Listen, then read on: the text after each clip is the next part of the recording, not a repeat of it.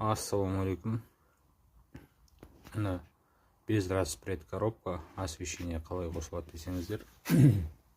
Пока рабочий ғана тұр. Питающий бір кабель келеді автоматтан.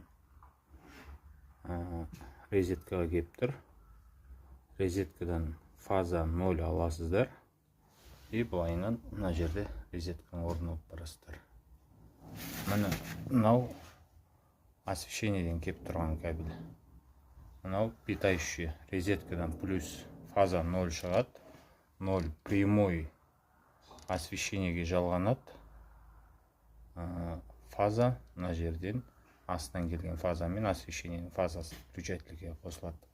Арты былай как обычно. Міне қазір жанып тұр. Өшті, жанды. Осындай болады. Черновой вариант. Мұнда енді кішкене қашарып жүрген монтаж кабель басқа біреулер тартқан.